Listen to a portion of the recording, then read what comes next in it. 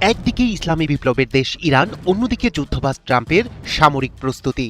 যে দেশকে ঘিরে তৈরি হচ্ছিল সম্ভাব্য যুদ্ধের রুট, শেষ মুহূর্তে সেখান থেকেই সরে দাঁড়ালো সংযুক্ত আরব আমিরাত।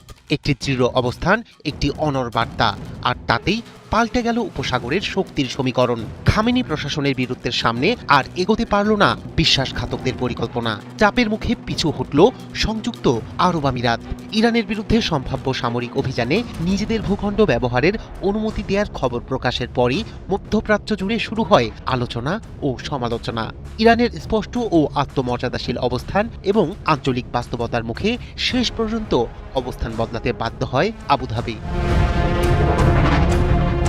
স্থানীয় সময় সোমবার এক আনুষ্ঠানিক বিবৃতিতে সংযুক্ত আরব আমিরাত ইরানের বিরুদ্ধে কোনো শত্রুতামূলক সামরিক কার্যক্রমে তারা তাদের আকাশসীমা, ভূখণ্ড কিংবা জলসীমা ব্যবহার করতে দেবে না। শুধু সরাসরি হামলাই নয়, ইরানের বিরুদ্ধে কোনো অভিযানে লজিস্টিক সহায়তাও দেবে না বলে স্পষ্ট ঘোষণা করা হয়। এই ঘোষণার মধ্য দিয়ে আরও একবার প্রমাণিত হলো ইরানকে উপেক্ষা করে মধ্যপ্রাচ্যে কোনো সামরিক সমীকরণ টেকসই হতে পারে না।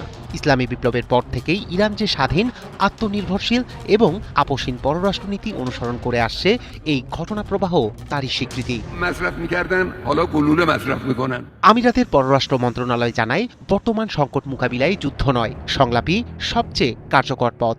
উত্তেজনা নয়, আন্তর্জাতিক আইন মেনে চলা এবং রাষ্ট্রের সার্বভৌমত্বের প্রতি সম্মানই এই অঞ্চলে স্থিতিশীলতা নিশ্চিত করতে পারে। বিশ্লেষকরা বলছেন, ইরানের শক্ত অবস্থানই আঞ্চলিক দেশগুলোকে নতুন করে ভাবতে বাধ্য করেছে।